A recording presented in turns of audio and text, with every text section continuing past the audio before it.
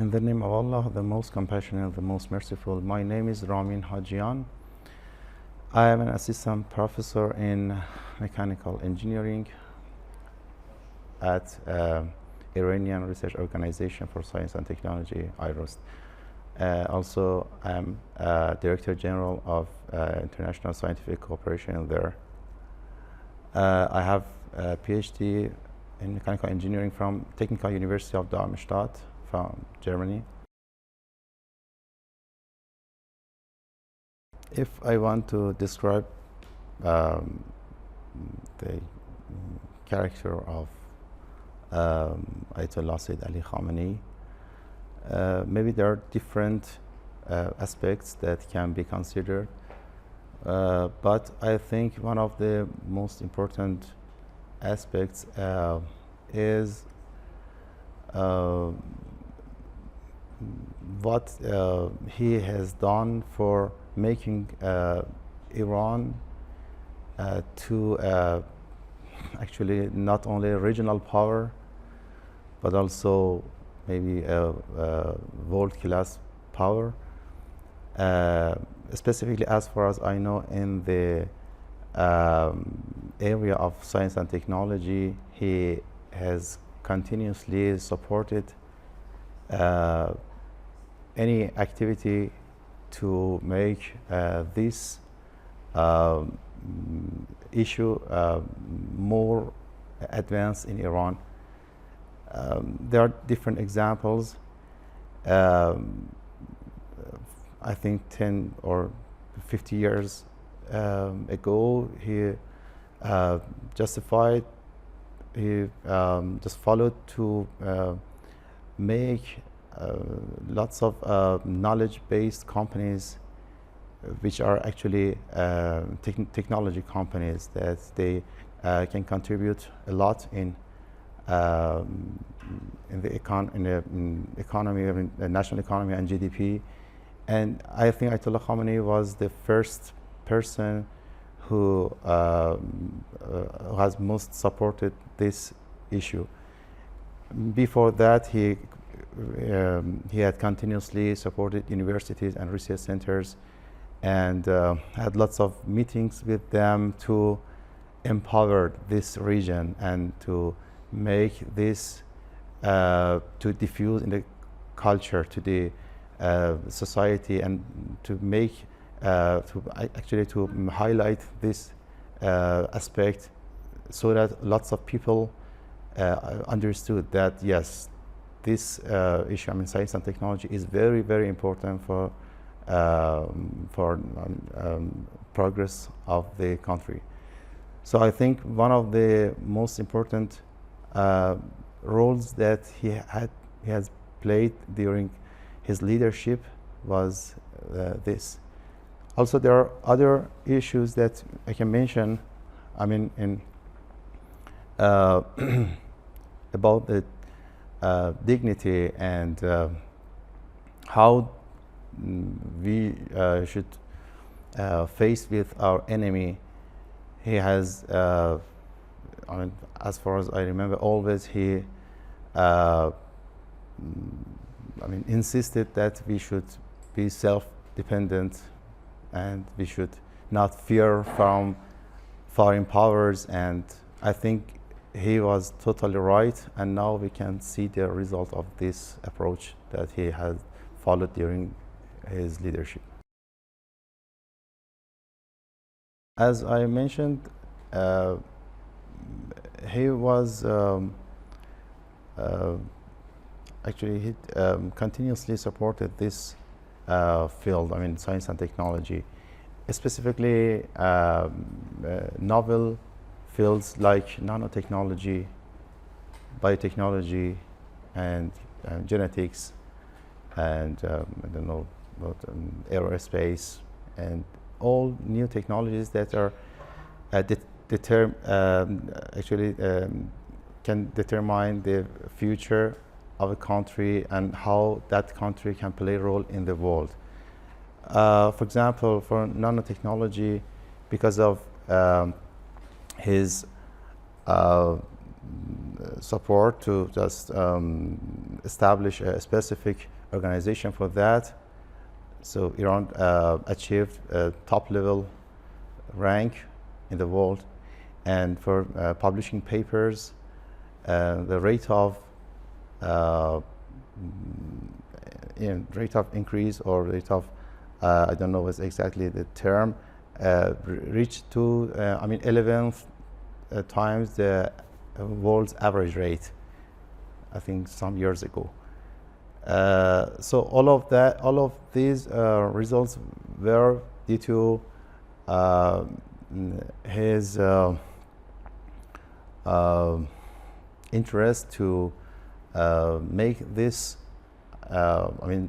scientific advancement, scientific advancement, also technological development as fast as possible in the country.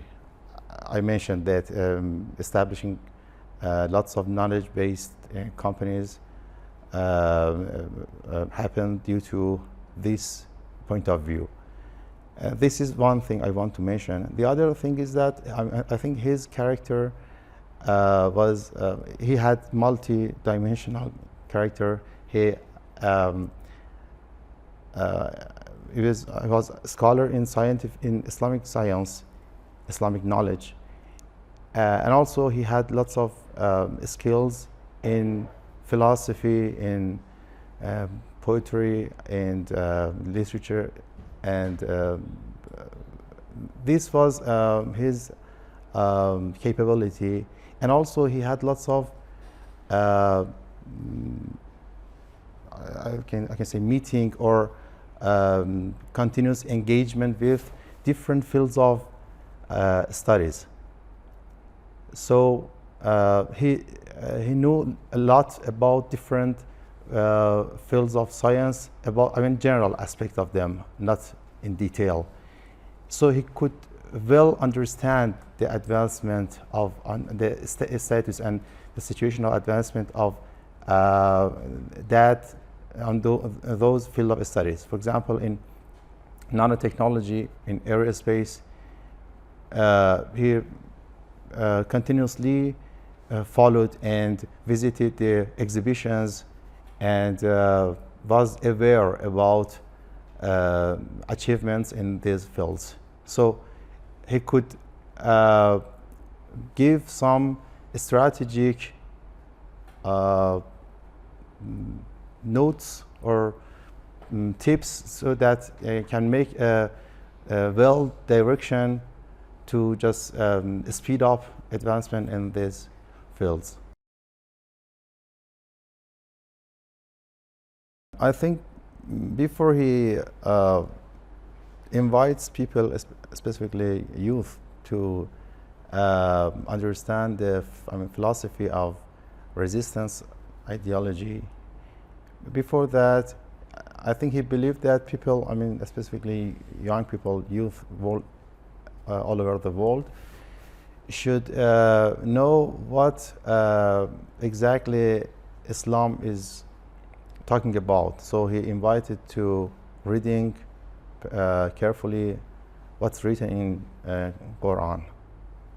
In his letters to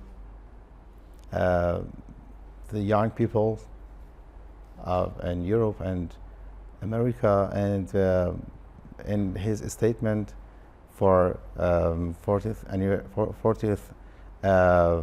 anniversary of victory of Islamic Revolution, he mentioned some points. One of the important point that he mentioned is inviting people to read Quran carefully and what Quran is saying and what it is inviting to.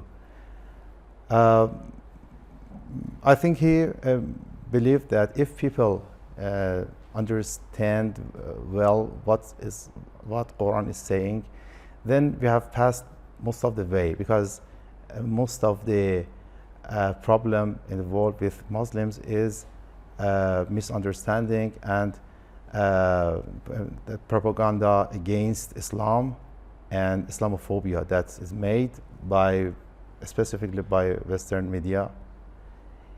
And he tried to directly break this wave and invite people to find reality and what Islam is exactly. After that, the idea of resistance, I mean, just if we forget about the religion, if the people are Muslim or not Muslim, idea of resistance is based on people natural character. If they are healthy in natural character, if they are not, if I can say, if they're normal people, they understand that faith and what people write off, they follow, they just in the world we say human right is a value, but what happens? Lots of people are silent about violating this value in places like Palestine and Lebanon and Iran. And so inviting people to this idea, to resistance idea, is in this direction, to just open eyes and see the reality. If people see the reality, they automatically follow it and will support it, and it's so-called that they'll stand on the right side of the history. As Ayatollah Sayyid Ali Khamenei mentioned himself, Western powers, specifically United States, the president and government, and the old people who think like them did not understand what exactly Islamic Republic of Iran is and why Iranian people support it. Because of this misunderstanding, they make maybe calculational errors, calculational mistakes, and so they assume that yes, if we assassinate the leader, everything will collapse. While we know that the governmental structure is somehow independent of the leader. Yes, leader has a very big effect on how the system works, but the system itself is not totally dependent on who is the leader. So if the leader is assassinated and is martyred, someone else, maybe better than the previous one, will be replaced, as what we saw in replacement of Ayatollah Khamenei with Ayatollah Khamenei. We hope that again this happens and Ayatollah Sayyid Mujtaba Khamenei follows his father's way, maybe in more powerful and more efficient way, not because he is better than his father. I think they are the same, and both of them are maybe perfect for leadership of Islamic Republic of Iran. But because now we have a situation that Ayatollah Sayyid Mujtaba Khamenei can make some structural changes, some reforms, some improvement in arrangement of people, and maybe improvement of processes, following processes that are followed in political, economical, and in society and cultural issues. So now I think we have an opportunity for improve everything. A young leader who completely believes in his father's values and follows that way may work very proficient for the next 50 years of Islamic revolution, I think. Funeral ceremony of some specific characters like Ayatollah Khamenei, like Qasem Soleimani, is not only a religious ceremony that is something something normal in Islamic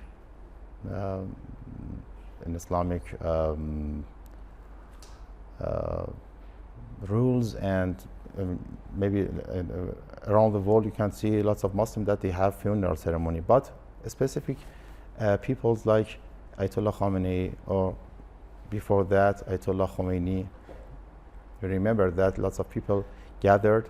This gathering is not only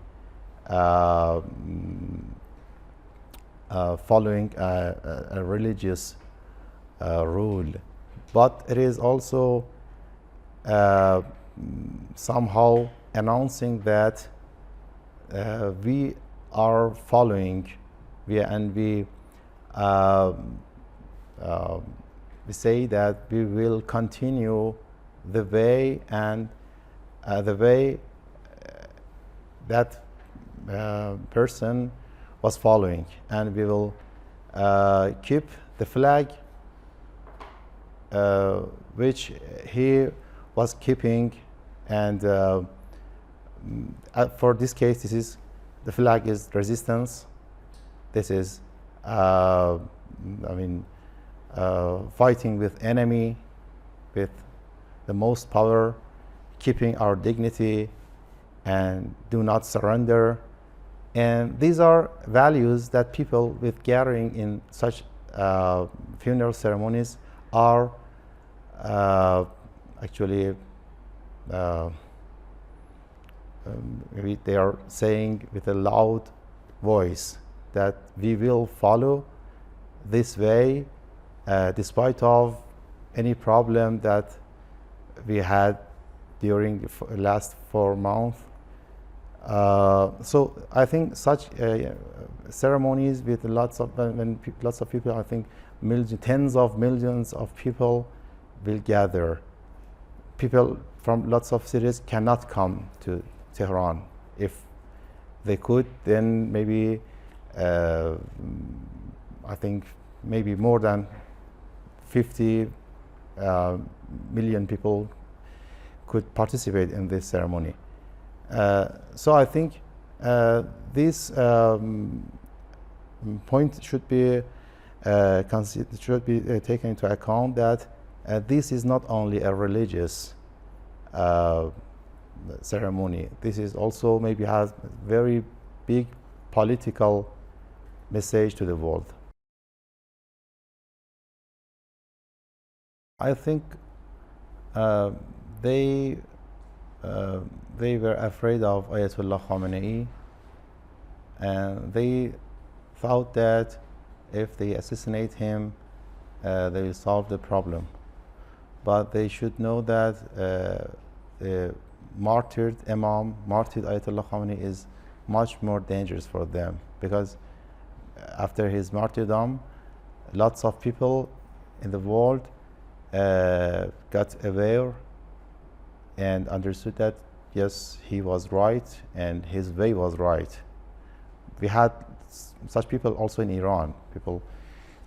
Some people thought that he will escape like leaders of other countries, like Bashar Assad, or he will be surrendered or arrested like Maduro. But he stayed at his home, at his workplace, and he was martyred along with his family, and this shows that in the situation of danger, danger for his position, for his political position, not real danger, because Muslims, and specifically Shia, believe that there are only two ways. If you follow the right way, you will win and you get victory, or you will martyr, and then the life after this world, it will be better. So in both cases, you have victory. But this is the specific point that our enemy cannot understand. So I can just mention that martyred Ayatollah Khamenei is much more dangerous for the Western power than alive Ayatollah Khamenei. I think this was the best scenario for ending this war for him.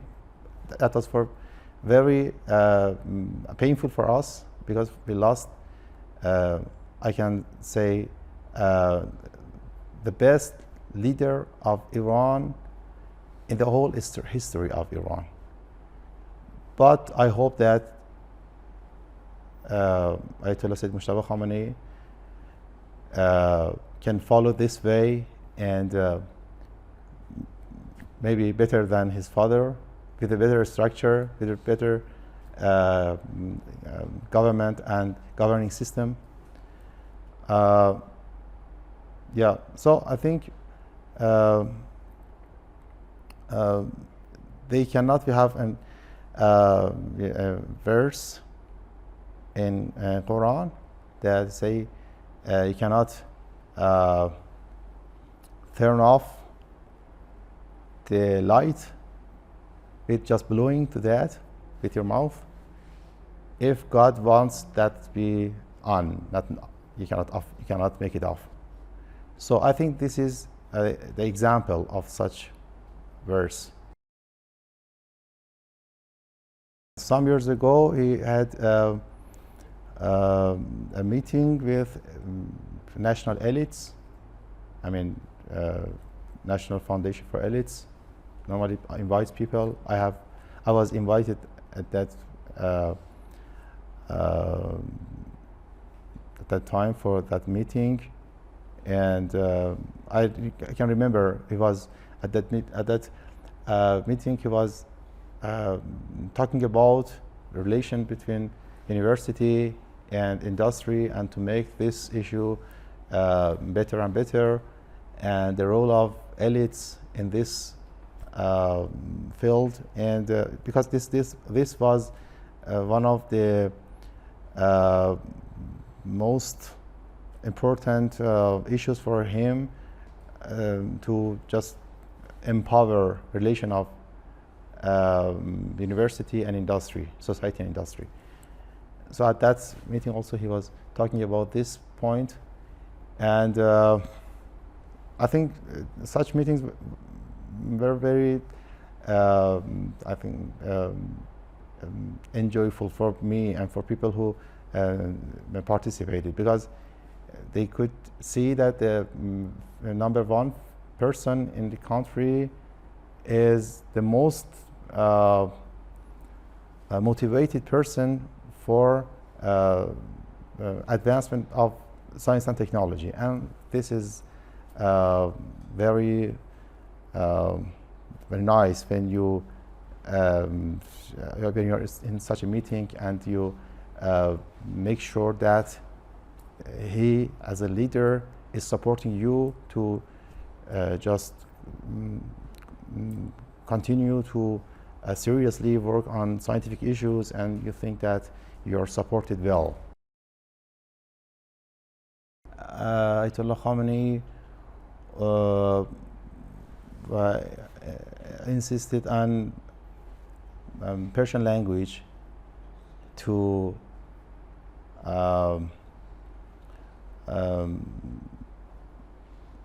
be considered as not to be dominated by other languages, other words, expressions. Western or also Arabic words. I mean, he just continued, he insisted on making this language, Persian language, alive. And based on that, I think his leadership, his the issues that was important for him shows that he was the most Iranian leader of Iran. Maybe this is the sentence that I can say. For Iran, it was like this, and for the Islamic Ummah, I think